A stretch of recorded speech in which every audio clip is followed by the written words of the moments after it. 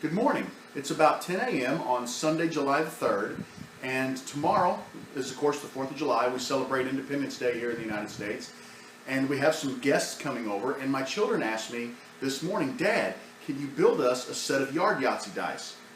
Well, that explains why I'm standing here with this handsome-looking stud. Bad joke. Today I'm going to try to make 5 dice for a game called Yahtzee. Basically, you take those dice, you put them in a bucket, you shake them up, dump them onto your lawn, and score the dice. And there's a little game card that goes along with it, and you just basically compete in teams or as individuals. And it's a really fun game. My kids love to play it. We normally play at the kitchen table, but Yard Yahtzee seems to be all the craze. So today I'm going to attempt to make a complete set of Yard Yahtzee dice. I did a little quick figuring here. My board is 3 3/8 inches wide. So what I'm going to do is take it down to 3 inches on the planer and the jointer. If I have a 3 inch by 3 inch by 3 inch cube, and I need 5 of those, I need a total of 15 inches in length on this board to be able to have 5 cubes. Now I need to add an 1/8 inch for the kerf, and there'll be 4 cuts to make 5 cubes, so that adds another 1/2 inch. So I'll need 15.5 inches. I'm going to go ahead and cut this to 16 inches just to give me a little extra so that I can trim, either end off and make them look nice. So let's go ahead and get measured out and get a 16-inch piece cut off this board.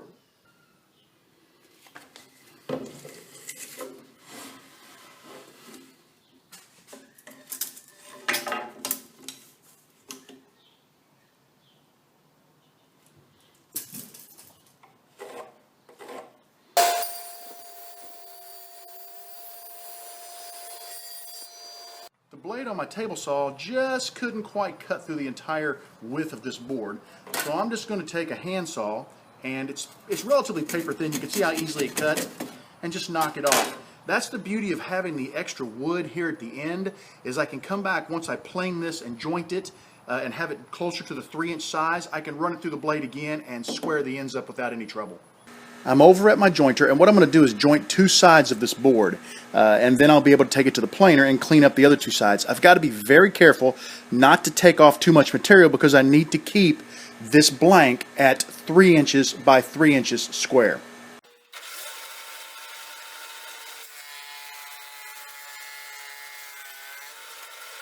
It took 2 passes to get this side of the blank perfectly flat. I'm happy with how it looks. I put a straight edge on it and I could see no gaps, so that's good. I'm going to take the flat edge, turn it back toward the back of the jointer, and we're going to run a pass or 2 along this edge to straighten it out.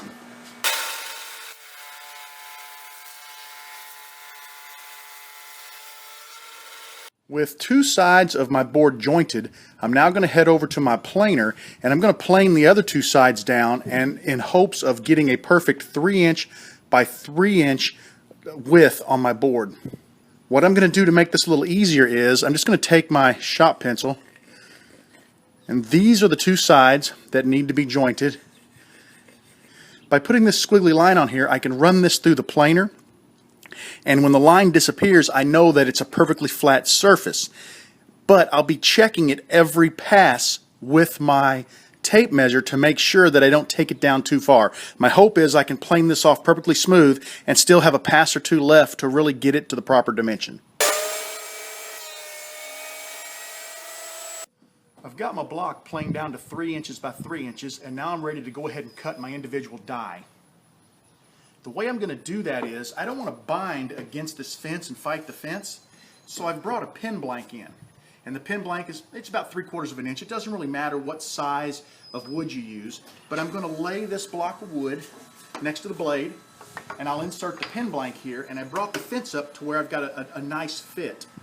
So to cut a perfect 3-inch block now, all I've got to do is lay the pin blank there, slide the block of wood against it, get a grip on it right here at the push stick, knock the cherry blank out of the way, and I'm going to cut a perfect 3-inch cube.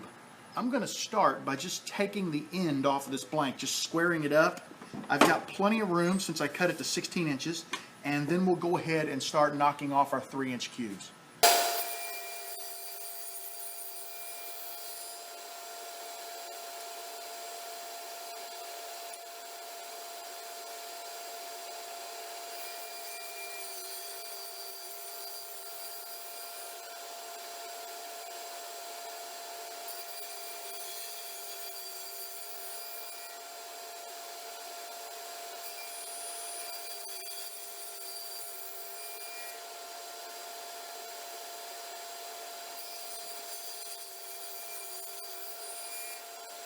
I've got my cubes cut.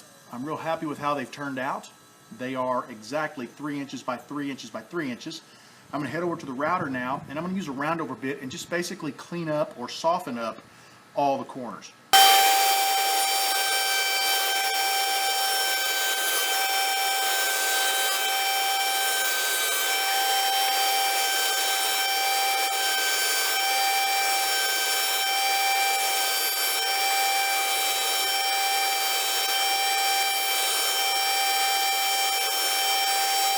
I'm measuring for the dots, and I'm starting out by just finding the center of each blank so that I can put the center hole in, and I'll measure off of that for the rest of the holes. I just go down to 1.5 inches, slide it along, come over this way, find 1.5 inches, slide it along, and I've got a perfect center mark. Now that I've got my center point marked on my die, I can flip the die over, and you'll see that 6 is what is on the opposite side of the 1. So I flip the blank over, and I know that my center is at 1.5 inches from each side because it's a 3-inch blank. So if I was to go over 3/4 of an inch, which is the thickness of my Forstner bit, my holes would be touching one another. So I'm going to add an extra 1/4 of an inch to that, and I'm going to go over 1/2 of an inch. I'll draw a 1/2 of an inch line, or a line at 1/2 of an inch, all the way around the blank. Where those lines cross will give me my 4 outside dots for the die. Then I'll draw a line at 1.5 inches all the way across the center of the blank, and that will give me my center line for the 2 dots in the center of the 6, and I'll be able to mark those and get them drilled out. So I'm just going to mark at 1/2 of an inch.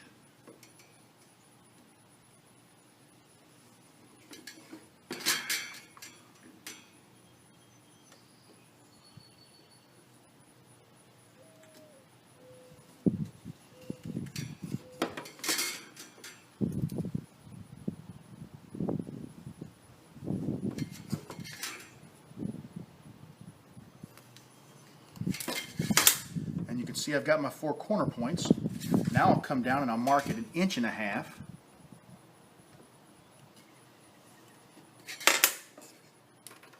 And when I do this, or when I drill it out, you can see, let me put a little nick there, and then I'll come down here and put a little nick. And you can, well, it's kind of hard to see in the camera, but I'll have right at 1/4 of an inch gap between each of my dots. So let me go ahead and get these punched and marked, and then we'll get the rest of the points marked on the die, and then I think it'll make a lot more sense when I start drilling these out. I've got the marks made for the side of my die with 6 dots on it. What I'm going to do now is I'm going to flip the die over to one of the sides. It's really kind of irrelevant which one you use, and I'm going to go ahead and do the 5. And I'm going to do it the exact same way. I'm going to find the center of the blank, which is 1.5 inches, and then I'm going to find the 4 corners at 1/2 inch each. I'll get those punched, and we'll go from there.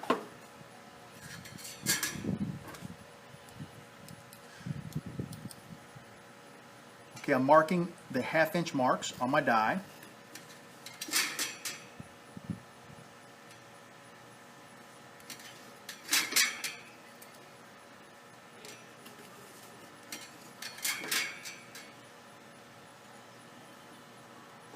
And now we'll mark the 1.5 inches to get our center point.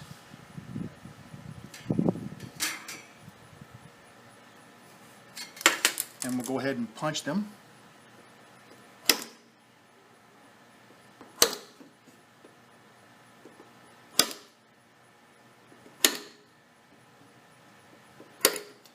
So I've got my die marked for the 5 dots. So I'm going to go ahead and get all the rest of them marked and ready to go, and then we'll come back and see what's next. I've got my 5 dots marked, and I've got my die laying to where the 1 is to your left and the 6 is to your right. So I've set my large die up with the 1 to the left and the 6 to the right, and 5 on top. I'm going to flip the die over to reveal a 2 on the opposite side of the 5. So we're going to flip it over, and we know that this corner and this corner are where we're going to get our dots. So we're going to mark those 2 corners at 1/2 of an inch.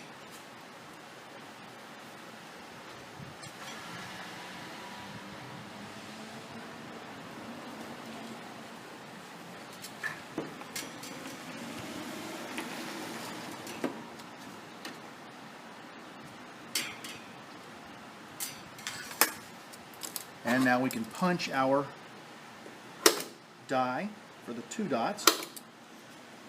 Let's go ahead and get the rest of them made, or marked, and we'll see what's next. I've got all of my 2s marked. Now I want to take another look at the die. We've got 1 on this side, 6 on this side. We've got 2 on the top and 5 on the bottom. So if we flip the die back towards us, this side should get 4 dots. So we're just going to put 1/2 inch lines all the way around the blank and mark it at the intersecting points.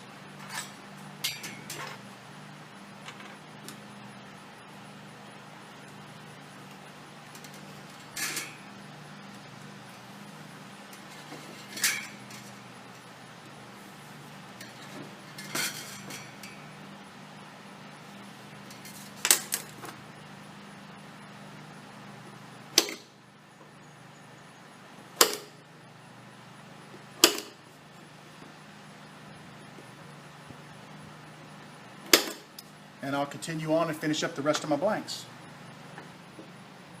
Taking a final look at the die, if I flip it over, keeping the 1 on this side and the 6 on this side, 1 and 6, I need to make my 3 dots going from this corner to this corner.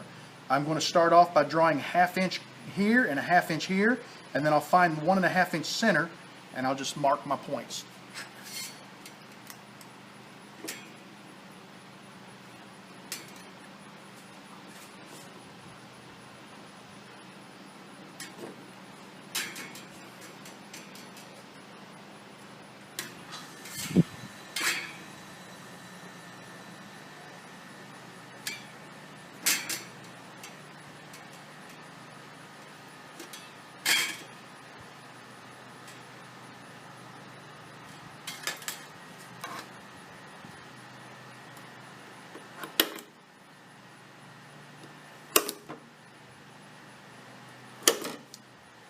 And then I'll do that for the rest of the die. Now that I've got all of my die marked, I need to go ahead and get the dots drilled out on them. I'm going to use a Forstner bit. It's a 3/4 inch bit, and I'm going to drill to about half the depth of the bit.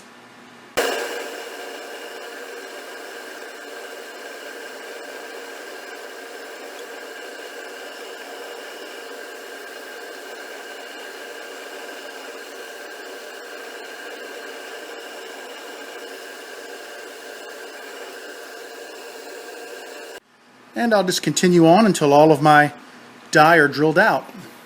With all of my holes drilled in the blanks, now what I want to do is just take some black paint, and I'm going to paint the insides of each of these dots.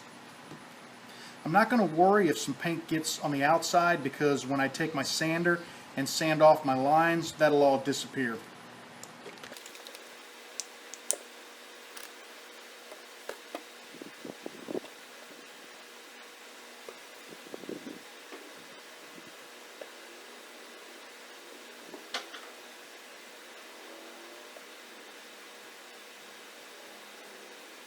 My black paint has finally dried on all of my die. I'm going to go ahead, take my hand sander, and just sand the tops off, just to really get rid of my pencil lines, and anywhere I got out of the circles or the dots with the paint, it'll clean that up.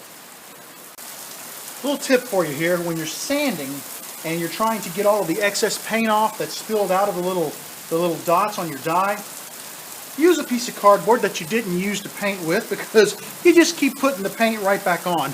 I thought I counted 6 sides, and I kept having more sides to sand, so I'm going to trash this piece of cardboard, get me another one, and I'll come back and finish my sanding. I would really like to thank everyone for joining me in the shop today. And here is one complete set of Yard Yahtzee Dice. I made 2, one for us, but this one we're going to give away to our guests. They were really fun to make. The only thing you need to watch out for: when I was drilling these, I said I was drilling about half the depth of the Forstner bit. Go about 1/4. On our set, I had a couple that poked through when you had like your 6 and your 4, where your corners are. You would actually drill through from one dot to the other, so only go about 1/4 inch. I really hope you enjoyed this project. I can't wait for tomorrow. It's going to be the 4th of July. We're celebrating Independence Day. It's going to be nice to get together with friends, and it's going to be a lot of fun to give these a tumble. Oh yeah, one last thing. I was going to put a coat of lacquer on these, but I elected not to. And the reason why I elected not to is I thought, well, you know, why go ahead and shoot lacquer on them when my kids are just going to take them out and throw them at the ground? So you could finish these off with a nice coat of lacquer or any preferred finish, but I just went ahead and left mine plain. I want to thank you for joining me in the shop. I want you to know that you are always welcome in my shop. Come back and see me again real soon, and happy Independence Day, everybody.